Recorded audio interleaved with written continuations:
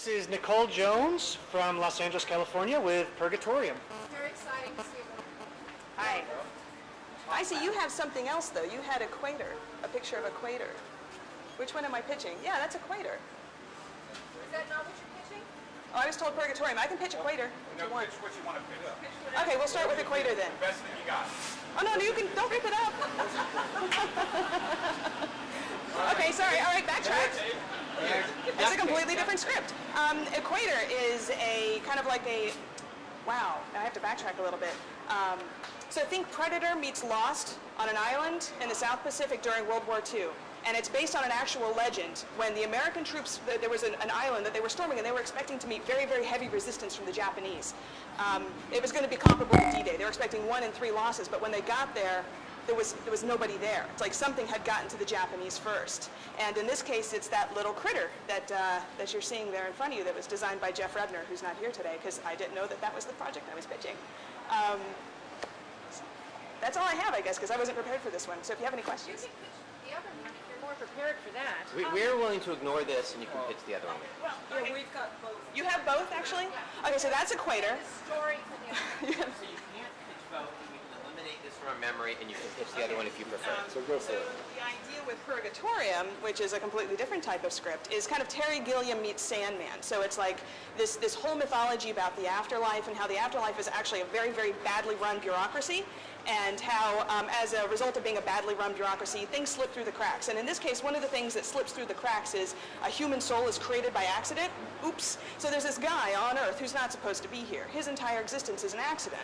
And so the universe, the forces of heaven and hell, have to combine to try to correct the mistake. So here's this guy who's completely oblivious, going around his day-to-day life, and all this horrible crap is happening around him because they're trying to eradicate him, because as a mistake, his very existence is threatening the fabric of our reality. You can start. What kind of guy is he, and what happens to him that he doesn't know is part of the master plan? Well, he starts out just like a regular guy, but then as like things start happening around him, and the idea is that with Purgatorium, why it's called Purgatorium, is that the mythology behind it is good people go to heaven, bad people go to hell, and people who just kind of skate through life and are completely indifferent go to Purgatory. And Purgatory is where all the boring day-to-day mundane crap on Earth is regulated. Sun rising and setting, tides going in and out, and they have the Office of Destiny, and they control the destiny of people on Earth. And it's really, really outdated technology. They use pneumatic tubes, computer punch cards, so it's real easy for things to slip through the cracks. And so there's this bored clerk in the Office of Destiny who's been there for like, hundreds of years just trying to do her time. And for every human soul, there's a punch card. And so this extra little punch card just kind of slips through the cracks. How does it manifest? Yeah. Well, what's the big deal with him? Well, with him, because once he's on Earth and he's created, and they realize, so they keep trying to kill him off. But because she's in the Office of Destiny, because his very existence threatens the fabric of reality, so like because of him being there, the rules of reality are starting to change, so time is not working properly. It's basically causing a glitch, a backup in the whole system, because it's really badly run. The whole bureaucracy is like a mess. So he sounds a little passive in his role. I mean, when does he kick it into gear himself? He is at first, but luckily he's got this girl in the Office of Destiny who's like kind of acting as his guardian angel, because she kind of feels responsible for him. So every time they send their hellspawn or their demons, whatever, try to kill him off, because she gets his cards and she can control whether he lives or dies, she saves him. Now eventually he gets the card himself, so he gets to control his own destiny, and that's when he kind of goes on the run. He's being chased by the forces of heaven and hell both coming after him. Are you a big fan of Piers Anthony? Oh yeah, I love Piers Anthony.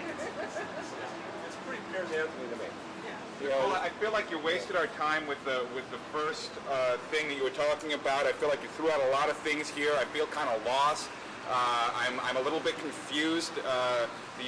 We've been in Purgatory, we've been lost, we've got Terry Gilliam, there's all these things running around in my head. I don't feel like I got a solid sense of this idea, and well, you're going to hell, obviously. Yeah, well.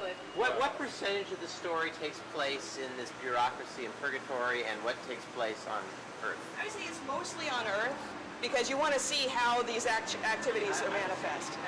Pretty interesting, not unique, but a pretty interesting setup in Purgatory. Like one of your comics, I recall. Yeah. But I don't think it works. There's too many leaps to understand. In comics, you can take a couple, but this is a couple too many. It's a completely different mythology, yeah, so there's a lot of backstory. It's a bit much. And it's a bit on a pale horse. Yeah, it's a little bit too much of that. I'm thinking Beetlejuice And Beetlejuice. with the A Purgatorium. little derivative. Rethink it, because those ideas are not bad ideas. They Yeah. can be very entertaining, but you need to focus a little bit more. Figure out why he's important. I don't know why he's important, and I'm lost as well with it. So we'll focus And on what that. are the, and really define what the stakes are, so that he can become a more active character. Because whenever you have a main character who is so passive and things are always happening to him, it's very difficult to root for them. You lose your patience with it. Yeah. Okay. But thank you very much. Nicole. Thank you.